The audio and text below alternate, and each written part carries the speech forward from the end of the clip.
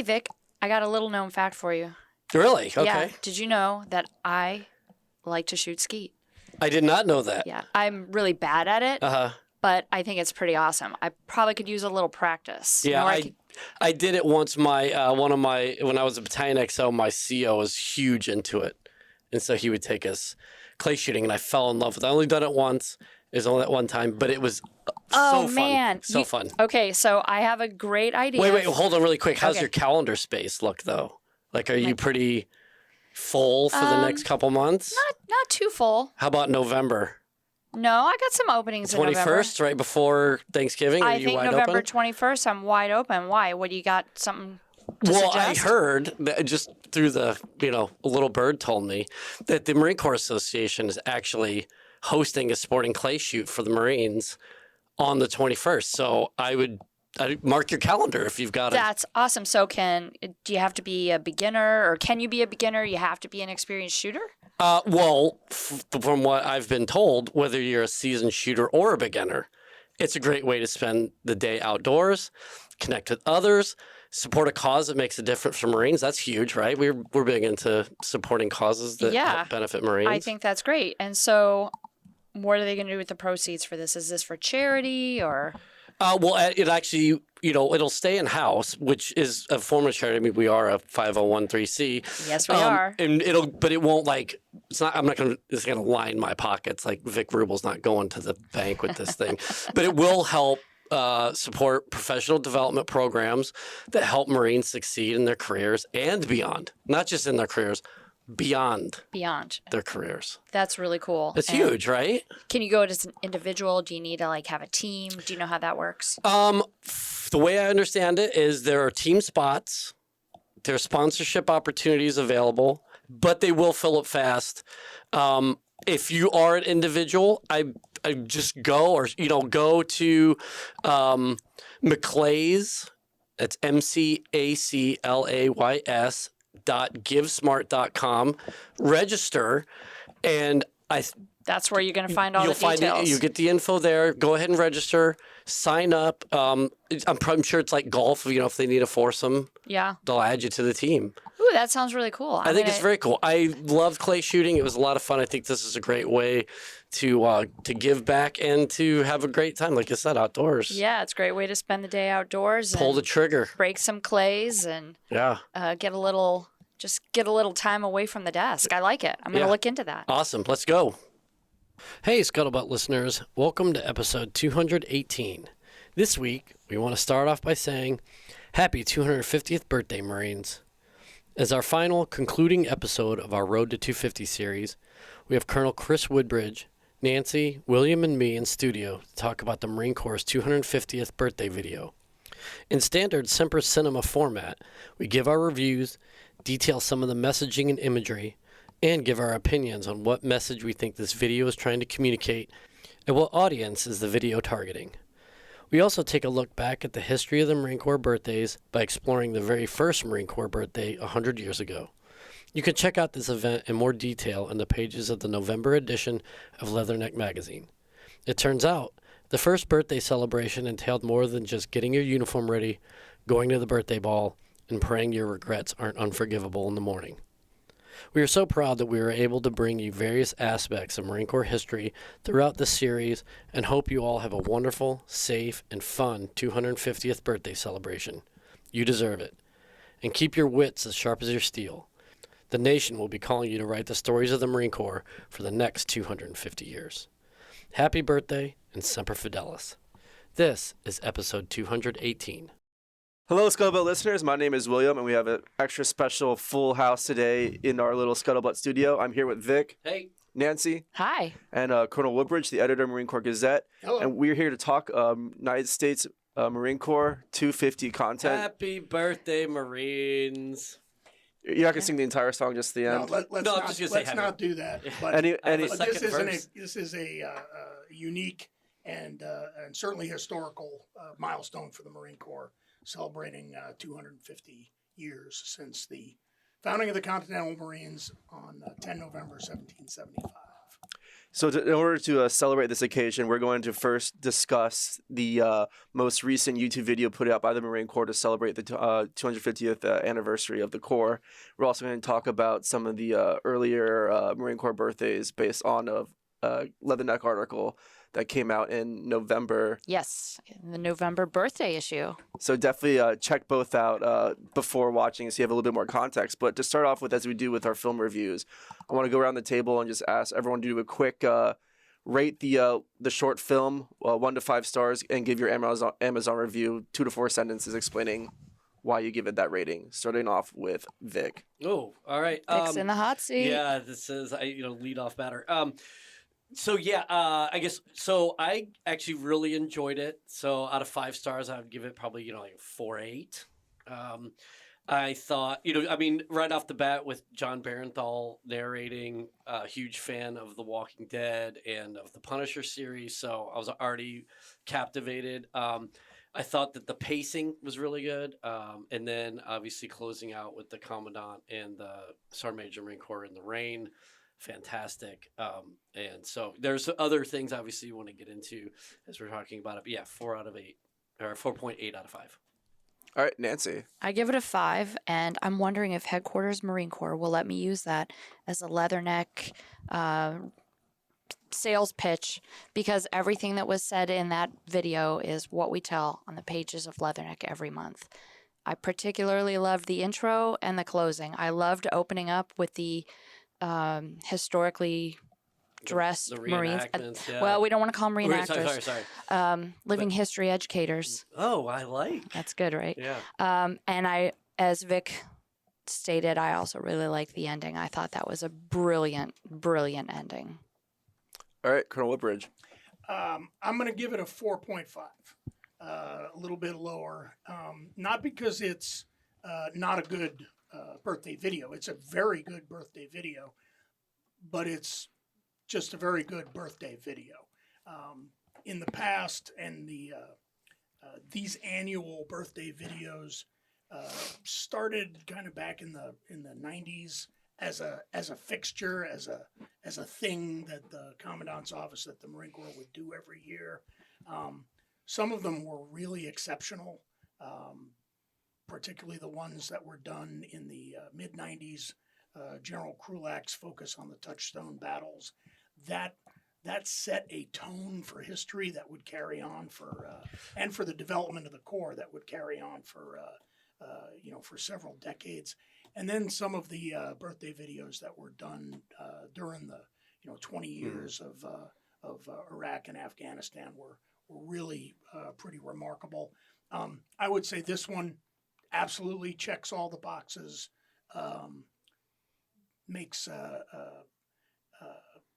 gets the message across that we're celebrating our annual birthday. But I think it could have been a lot more because this is the 250th birthday. That's a good point. One thing I was thinking as you're mentioning the birthday videos of previous generations was usually because pre-social media and YouTube, you wouldn't see it unless you attended the Commandant's Ball. You wouldn't see it until after the 10th. Right. Or when after. And so there was always a lot of buzz, like, hey, what's it going to be? What's it going to be? And then you see it later. Now we're sort of getting advanced screenings. Like here we are. That's exactly right. Recording on the 5th. We're talking about pre-YouTube, right. pre-social media, pre-smartphone annual videos. Were very limited on their audience, but you can find them all now. Yeah. Very easy. And I still say that, some of this started with what was in essence a historic recruiting video, which is such as Regiments Hand Down Forever video from the early 1980s. Really, really exceptional piece of television in and of itself. Yeah. Well, awesome. I'm gonna go ahead. I'll agree with Nancy. Oh, nice. I'll give it a 5 because it really touches, I think, on a lot of the key things that make the Marine Corps the number one warfighting institution in the world. First of all, it embraces its history. A good Marine needs a good study of history. A good student of military history also, you need to understand that. It addresses current capabilities, something that we'll also need to study in combination with history. it addresses, there's a wargaming element to it, talking about, free play exercises to stretch your limits. And then finally, it's hardcore. I mean, objectively speaking, you can't come out of that. The soundtrack's great. With a sense of astounding patriotism and appreciation as a non-Marine in the room for the Marine Corps. So it covered all the bases well. But for those who have not seen it yet or who have seen it, there's a lot of context that we think we need to talk about first. So Colonel Woodbridge, if you don't mind talking about some of the individuals who were featured in this particular film. So it's remarkable, and this is probably true of, well, certainly most of the recent annual birthday videos that I've seen is they will feature interview extract, content featuring the voices and visual, video interviews with various people. But in most cases, they don't really identify who that person is or what makes them unique or important. Right. To a degree, there's sort of a, if you know, you know. And if you have to ask, you're never really going to know or appreciate it. But kind of throughout the video, Vic mentioned the narrator, John Bernthal, fairly prolific, well-known actor, certainly recognizable from The Walking Dead. Never a Marine. Did not serve in the Marine Corps. He's actually from Cabin John, Maryland, here right outside the district.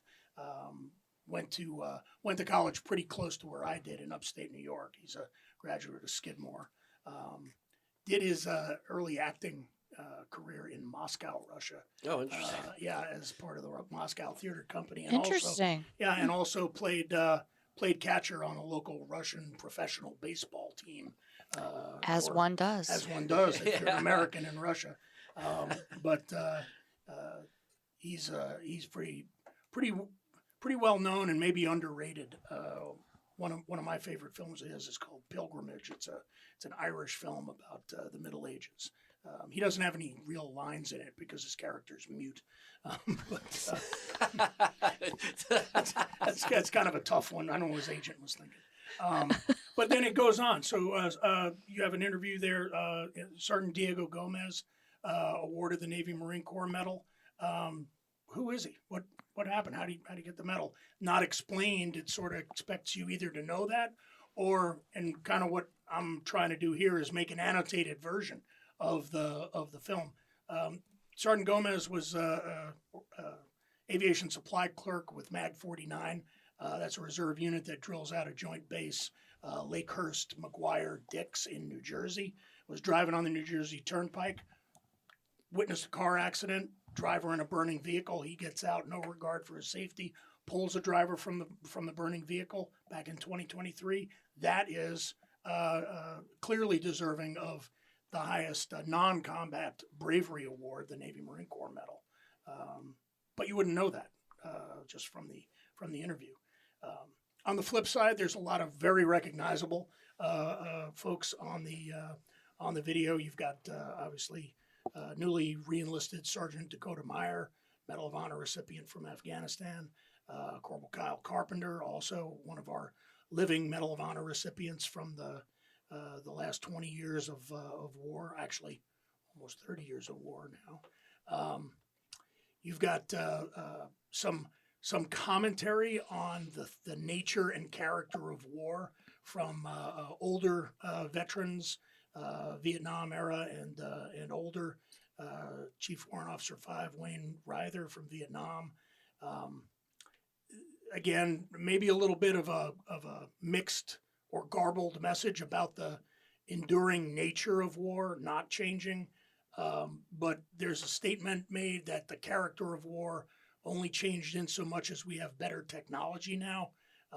Obviously, that would be a whole episode to itself to really talk about the changing character of war in the last several decades.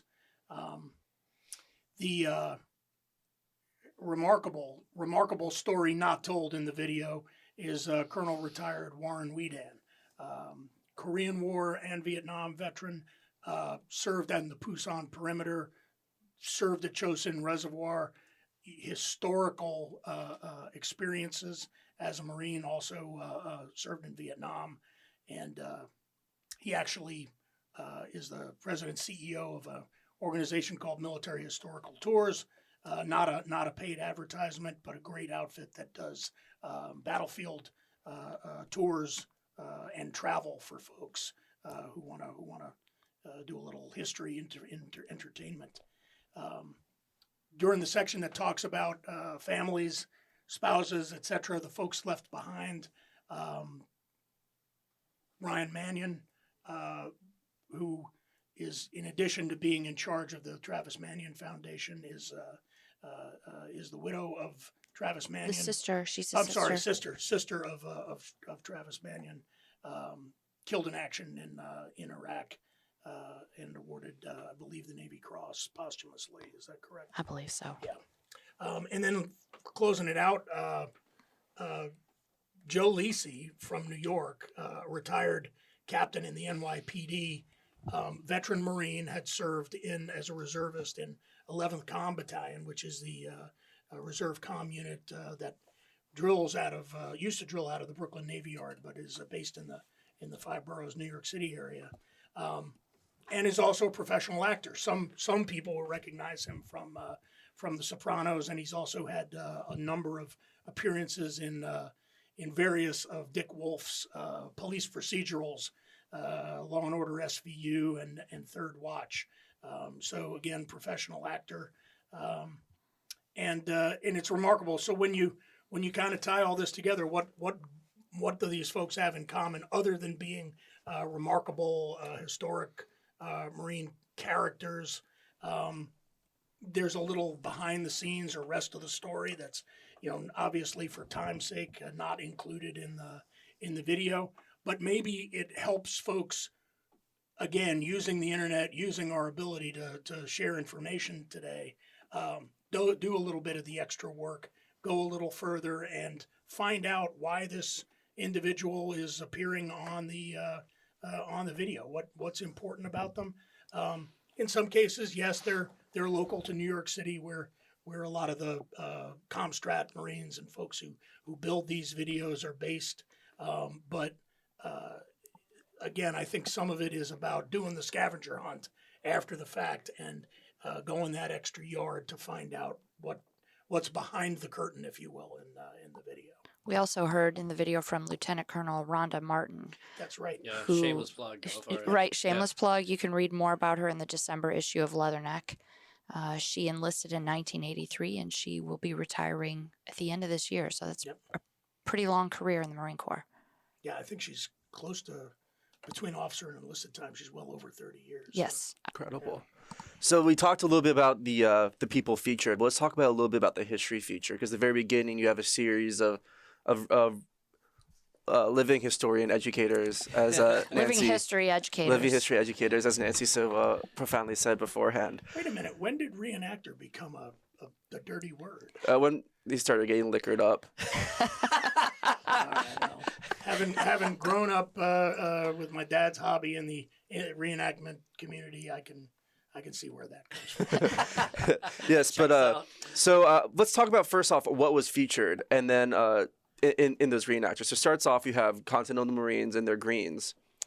It then transitions to something very interesting that I think we'll talk a little bit later about who this was actually meant for. But it's the Boxer Rebellion Marines with a Chinese fortification in the background. It then transitions off to World War I, where you have a Marine wielding that sweet World War I era machine gun, the show shot, and then it transitions to Marines.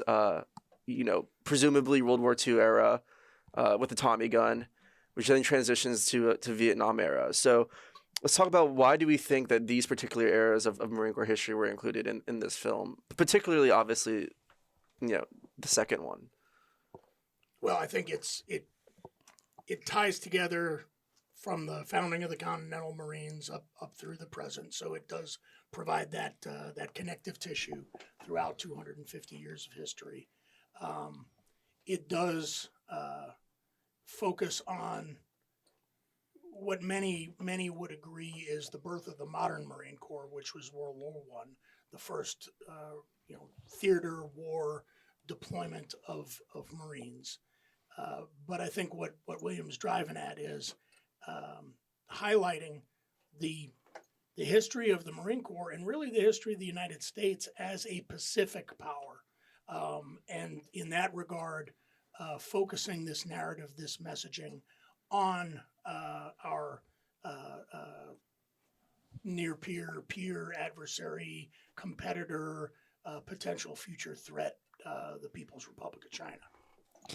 So I have no idea why those things were chosen, but maybe they were reading. Maybe the producers of the video have been reading Leatherneck and Gazette for the last year. You're just dripping. I know, I'm so good. Well, actually, because what I was going to say is I like the fact that they didn't just go from Continental Marine to today's Marine. They like you said, Colonel Woodbridge, they tied that thread all through the entire video.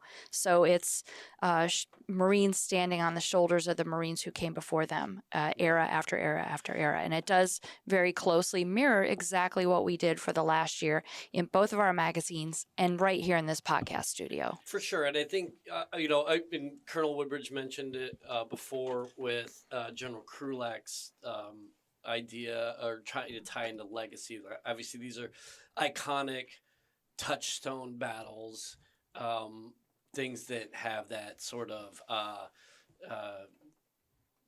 that give you the big feels when you see it. Also, too, I think in a lot of ways these were very infantry-centric fights as well, so it's easy to depict. Because if you were to take the GWAT era, for example, where the forward line of troops of the FLOT was just indiscriminate and counterinsurgency operations and all these things. And then lastly, before I get too long-winded, is I think when you take the depictions of the, what was it again? The Living history educators. Living Is history that what I said? educators. Yes. Okay. Living history educators in total with the actual imagery of real battles and real, well, not that these weren't actual Marines, but the actual footage of those combat situations, and you sort of overlay them, it gives you much more sort of kaleidoscope vision of what the Marine Corps can provide. But I think the living history educators and the things that they chose to depict gives you those big feels and really ties into the public consciousness And of what the Marine Corps let's is be all honest, those uniforms look phenomenal For on film. sure. Absolutely. And that's important. about. Nancy, can I borrow your copy of Leatherneck real quick? Oh, 'Cause absolutely. We have on hand the I- November edition. I always have a copy of Leatherneck with me. Hold on. While you're making that change there, so I'll highlight as Nancy pointed out, we've been on our road to 250 This over is the our last final, 12 wow. months. We're closing that out, and that connecting file from 1775 to the present is maybe most clearly depicted on the covers of our November editions, especially Leatherneck. Really great magazine cover. And then also on the cover of our special edition, our salute to 250 years of Marine Corps history, special hardcover edition of content from both magazines. On sale now. On sale now, shameless plug, yeah, available on Change www.marineshop.net. the podcast title to Shameless. But So the other thing I'll point out about all of those historical film clips with our historical educators, and this is true of, again, many of the annual videos, with a couple of maybe one or two exceptions. We never show the enemy. We talk about the heroism, the violence, and the horrendous conditions and danger and bloodshed of the battle, and we talk about the heroism and the combat gallantry and courage of Marines. But against what? In some ways, this is like watching film of a boxer shadow boxing or working the heavy bag. There's no. Now, granted, it's the Marine Corps' birthday video, and we're focused on Marines. But I think it's important for everyone to remember that heroism and bravery is only in the context of the danger and fierce ferocity of the enemy that you fight. Good point. And so that's kind of never shown. in any of this. You could argue that it's irrelevant because regardless of who the enemy is, Marines are going to close with and destroy the enemy. Period. Throughout its history, so you could argue that that's, I mean, highlighting or featuring enemies in this case wouldn't add anything to it because it's irrelevant because Marines have their mission regardless of who it is. I see that. My other thought would be though that it is highly relevant in that in when we get into the discussion of who's this video for, and you sort of alluded to it, is that if you are a potential enemy or if you're in the crosshairs of the Department of Defense's military machine, you are going to be on like the sort of the POV of that onslaught of Marines online, and then closing with and destroying the enemy. I wouldn't, and I understand what you're saying, William. I wouldn't disagree with, but I wouldn't say irrelevant. I would say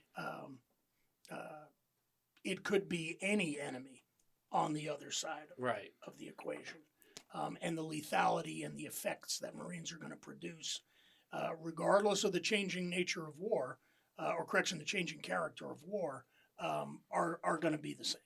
And Marines can be relied on in future to be victorious as they have been in the past. And if nothing else, it would give more context to the real heroism and the bravery that was on display. But maybe the depiction of enemies in settings like birthday balls would change the tone for the non-Marines and the guests in the room, would change that tone from motivational, patriotic to holy shit, Have you seen that one video? It's like outside a Marine Corps ball in Texas, like these Marines like get into like a fight with like local people like I have over not some seen dispute. That. Can you send me that? It's wild. It's definitely worth. I think that's would probably break out if that was featured. But so we talked about what did appear. I think we were remiss. We didn't talk about there is some early Republic Marines on ship, yes, featured as right. well. I couldn't tell you off the top of my head what period of uniforms they are, but what we have on here our Leatherneck, beautiful cover created by Chris Battles, the Marine Corps artist in resident. But what was not featured during this, there wasn't a Korean War featurette. There wasn't a American Civil War featurette. There wasn't a War of 1812 featurette. No interwar period. No interwar period. It was they. So why do you think those were not included, Vic? Again, I think that unless you are a Marine Corps sort of nerd, they don't register the big feels. Is the because you mentioned touchstone battles in Chosin Reservoir, if I believe correct, is one of those touchstone battles. Yeah, that's a good point. I guess I was more thinking of because like when you think Civil War, you think of that being an army sort of thing. Also, too, some of the things we have chosen. Yeah, the chosen one is the outlier. I don't really know why. I can't really explain it. But for some of the other references, when we're talking expeditionary and projecting force forward, they may not register in that. It was very brief, but there is some historic, newsreel footage of Marines in Korea in the video. Sure. They're not just walking in the snow at Bridgeport or Fort McCoy or someplace. That is Marines in Korea. So there is but there is no reenactment of right. it. There are no. They did not focus on that. I think a part of it is based on very similar to what Nancy said. You remember who the audience for the video is. It's not just certainly not for Marine Corps history nerds. It's not even necessarily for Marines. It's for a much broader audience of former Marines, veteran Marines, non-Marines, other services, the Navy in particular, and the rest of the joint force as well, particularly in the beginning when you have sort of the panoply of new and developmental experimental weapons. To this day, the Marine Corps still sort of the cutting edge, the leading edge of some experimental systems, really kind of leading the way for the Joint Force to look at developing those capabilities, such as land-based surface attack weapons to support sea control, the use of drones from large-scale UASs to small first-person video attack drones. The Marine Corps is very much the reconnaissance element of the Joint Force in that world of new technologies. And then down the road, once things have been approved or disproved by the Marine Corps, the other services with their massively larger budgets can sort of pivot onto those systems to further develop the capabilities for fielding. So based off what you just said, to what extent does this short film demonstrate Marine Corps force design as it currently stands, as well as the trajectory where it's going based on our pacing threat towards the Pacific and EABO? I think I'll lead off if it's. Yeah. I think it's a very clear message in the video. It very much focuses on those developmental and existing platforms, aircraft, vehicles, capabilities, and yes, an awful lot of that acquisition strategy is based on supporting fielding the capabilities necessary to be a relevant threat in contested maritime terrain against any peer adversary. Not just the stated pacing threat, but any place in the world where the capabilities that pacing threat possesses are being employed. Straits of Hormuz, Venezuela, Gulf of Guinea, the Baltics, Scandinavia, the Baltic Sea, that area. So again, I think it's a clear signpost towards the future in that regard. Yeah, I think too they show a lot, especially when they start cutting to actual footage of that reach out and touch you sort of capability. You see the individual handheld surface to surface launching. They show the Nemesis. There's the unmanned surface craft. All of these things. There's the unmanned subsurface craft. Yeah. The so-called, what do they call them? Narco subs? Yeah. So there's all of these capabilities that are firmly nested within, stand-in forces and, EABO and essentially within the force design umbrella. And a great shot of the ACV splashing off the stern gate. It's a pretty violent splash too. I'm glad everybody's wearing well, even when they first show the LAVs, they're showing the hammerheads. Yes. Before they show the 25. So yeah, I don't know. I'm going to pass on that because I'm itching to get back to some of the. I'm a history nerd, I guess. I'm itching to get back to some of the history. So you go ahead. All right. Well, then that'll lead us towards the end of the film review portion of this. What is the argument of this film, and who is it made for, and why? Who is it made for? I think I already kind of addressed. It's made for birthday ball attendees. So we're talking about Marine dates, Marine wives, and significant others. I think it's made for. I don't know if this is too controversial. I think it's probably made for those in the defense industry. Why they need to continue to develop weapons of war and so forth to partner with the Marine Corps. I think it's made for. I'm just going to say it. I think it's made for elected officials.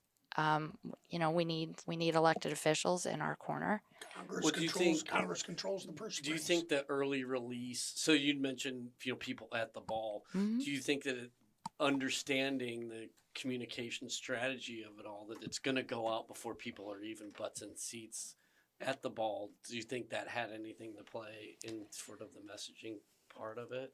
Maybe. Okay. I don't know. I'd have to think about that a little bit more. I mean, I think, and it's also made, Colonel Woodbridge, you said it's made for, it's made to motivate veterans and retirees, and high school seniors. high school seniors. I mean, it's a recruiting video. It is, and I mean, I think the Marine Corps has always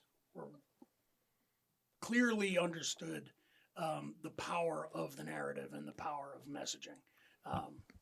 We've been noted or accused in the past of having a better propaganda machine than Stalin's Russia, and the fact is that's one of our strengths, and so we do use it for multiple purposes. Yes, it's paying tribute to those who've gone before. Yes, it has broad appeal to a non-Marine audience. Yes, it appeals to some of the Marine history buffs. It appeals to future Marines or those who may think about joining. But let's focus on what people have said, the birthday and the ball itself. I would submit to you that the majority of the Marine community isn't going to attend a birthday ball. They're not going to go to a formal dress-up event with dress blues or evening dress or tuxedos and gowns. They might do this in their living room. They might do it at a local bar, pub, tavern, watering hole. They might be doing it at their Marine Corps League detachment or the VFW or American Legion. Right. They may be doing it on their ward in the VA hospital or in another treatment facility, or they may just be doing it at home alone with their TV and their dog. So that's why this is important. This is what reaches all of those audiences, whether you can be there or not. This is what keeps the spirit, the esprit de corps, and the birthday alive across all those audiences. It may be a motivator for people to attend something, but it certainly carries the spirit when they're not attending. Well, sorry, go ahead. I was just going to say, I think back to one of Sergeant Major Ruiz's things that he's mentioned on the show, and again, the shameless plug, but that trying to really encourage the veteran community to come on board as a mentorship piece. And so I think that there was it seemed heavy on the veteran. You talked about the very specific on the people they chose, most of them veteran Marines. And there was a lot of, imagery of Marines with active duty folks sort of hand in hand, arm over, buddying up, bro hugging, all of that stuff. And I think that's also deliberate. And to Colonel Woodbridge's point that, like, regardless of where you're watching this, there's sort of a subtle call to action that, like, get involved. Agree. Be in the mix with the emerging generation of Marines. Completely agree. Before I interrupted you, that's actually what I was going to say. Boom. It felt we're on the We're same there. wavelength. It definitely had a very strong call to action for veterans, and I also thought it was noteworthy. I don't recall, and maybe I'm wrong, I don't recall there ever being such a strong emphasis on Marine families in a birthday video before. That's true. Yeah, I'd agree. Well, I think a lot of the VSOs may be steering that conversation because there is such I've clearly, and we've talked about this numerous times on the show as well, is that, there is an epidemic within the veteran community of suicide. And who are the first responders to that? It's the family. Families, yeah. And so I think that's also probably very intentional as a call to action to, like, not only for the families to, sort of understand their role, but for those veterans who are suffering from mental health issues to turn to their family as a source of healing. So. I completely agree. How I would condense it is the intended audience would be first the Marine Corps community at large. That includes active, retired spouses, families, etc. This is, I think, primarily made for them. Second off, I would say American public writ large, which includes future recruits, politicians, also because, again, it requires institutional buy-in. So if your average American wants in a Marine Corps, they will continue to be a Marine Corps, as they will put pressure on their elected officials to do so, and also because we need future generations of Marines, so recruits. The big one that we really haven't touched on is adversaries. Yeah. This is going on YouTube. yeah, this good is going point. on X. This is going on Instagram. And it went out early. I see Russian propaganda on X and Instagram. I see, Houthi propaganda. I see Chinese propaganda. This is going out to all corners of the world. So everyone who, again, and they make multiple points throughout, the film saying, if you're an adversary, someone else is going to raise your children. Right. Yeah. And I think that's why it was so interesting to me that they brought in the Boxer Rebellion. To me, as a history buff, that's one of the more obscure instances of Marine Corps history that they choose to evoke. And they have, a Chinese tower right in the background with the Marine standing with his, Krag Jorgensen rifle, or I believe. So I think in the age of current, for lack of a better word, propaganda, this definitely is sending a message to allies and adversaries saying, we're still in the game, baby. Yeah. And it's the royal we. I'm not a Marine, so. Sure. But one thing that we need to touch on before we conclude is the conclusion of the video with the Sergeant Major Marine Corps and Commandant singing in the rain. So it's it's very ironic. It's kind of interesting. There's sort of some division out there in the broader social media and blogosphere commenting, and most everyone just focuses right in on that closing of the video. And so during the video you've got a signature moment. The two senior most leaders of the Marine Corps, the Commandant of the Marine Corps and Sergeant Major of the Marine Corps, wading in the surf on the black sand of Red Beach on Iwo Jima in the shadow of Mount Suribachi. All right, that's an iconic moment. And then the same two leaders in front of the Marine Corps War Memorial, commonly referred to as the Iwo Jima Memorial, but the Marine Corps War Memorial in Arlington, Virginia, overlooking Washington, D.C., the statue based on the famous Joe Rosenthal photo of the second flag raising on Iwo Jima. And there are our two leaders in their dress blue Alpha uniform, full-size medals, covers, ribbons, badges, in the pouring rain. And so many people have looked at that and said, that is actually the most Marine thing in the world. The most iconic moment there could be, because if it ain't raining, we ain't training. We are amphibious by nature, and we're going to accomplish the mission regardless of what happens. And there is another group of people who look at that and say, couldn't they have planned this better? Senior-most military leaders in a service, you don't have the ability to work the schedule around. But it's also the realities of being in Northern Virginia. It is. You don't like the weather, don't worry, it'll change. There's also that factor of, what if it was planned specifically to be filmed in the rain, I'd love to find that out. Next time I have the opportunity to ask that question, I certainly will. But it certainly is going to be another dry cleaning bill. Absolutely. I mean, strictly from a visual perspective, I thought it was incredibly compelling. That fog mist behind them, it looked phenomenal. Well, also, too, just think of all, and to your point, Colonel Woodbridge, is that these two senior most Marines could easily say, we're not filming today. This isn't happening. They didn't. So I think there's some significance in that as well. Well, absolutely right. Yeah. And that is a part of our DNA, because who all else is out there. The Commandant's staff, the Sergeant Major's staff. Oh, shit, they could even move it to 8th and I and done it over an overhang or something. Could have done it indoors, but they already dragged the whole crew of Comstrat Marines, formerly known as Combat Camera Marines, all those folks out there. 8th and I. They're getting wet too. Yep. By God, we're going to drive on and complete the mission. That's cool. That's really cool.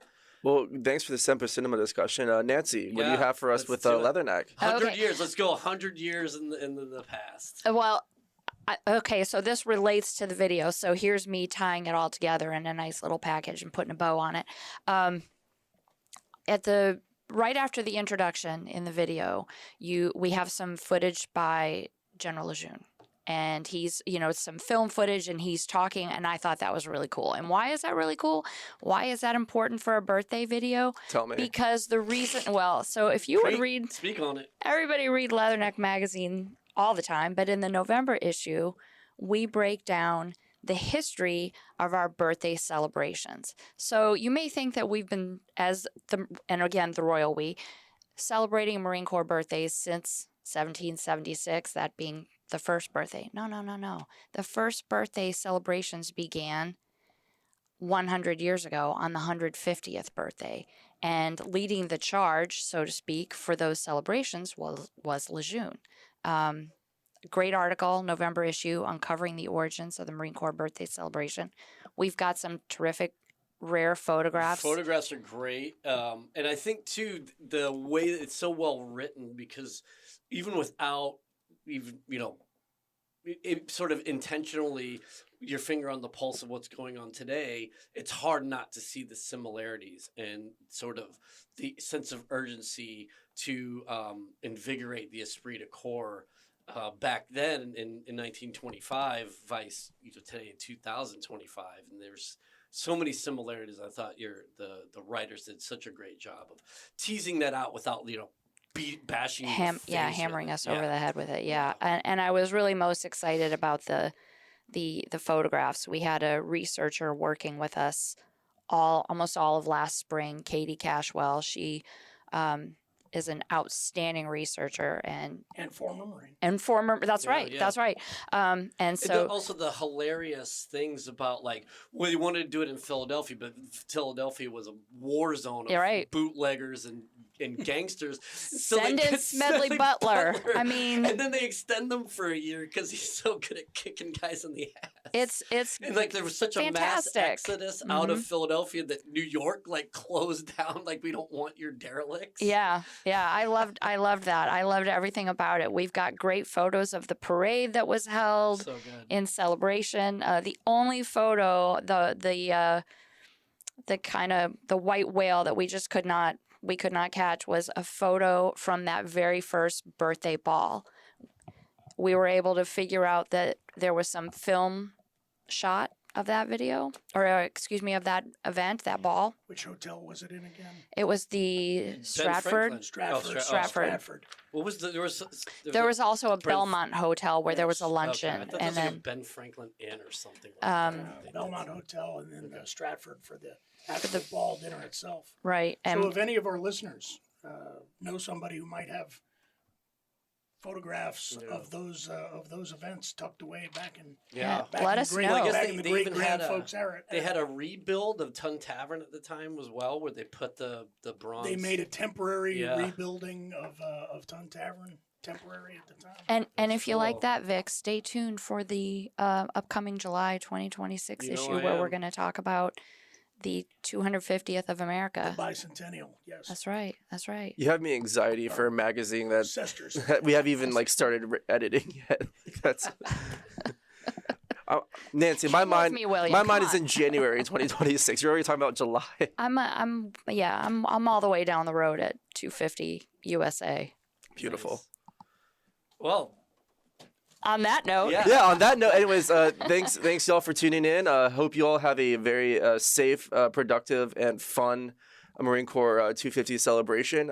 Stay tuned for a lot of great content that we're going to have coming in on December and January next year, and even July of further down. But have a good one, y'all. Stay safe. Happy birthday, Marines. Happy birthday, Marines. Semper Fi.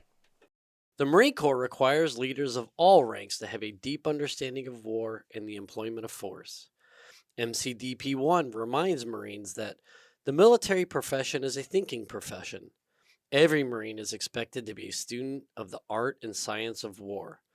It goes on to say that every Marine has an individual responsibility to study the profession of arms. Self-directed study in the art and science of war is at least equal in importance to maintaining physical condition and should receive at least equal time. The Marine Corps Association understands the critical importance of ensuring that Marines are as mentally ready for combat as they are physically ready. That is why we offer an entire page dedicated to wargaming on our website. We have recommendations for both tabletop board games as well as computer games.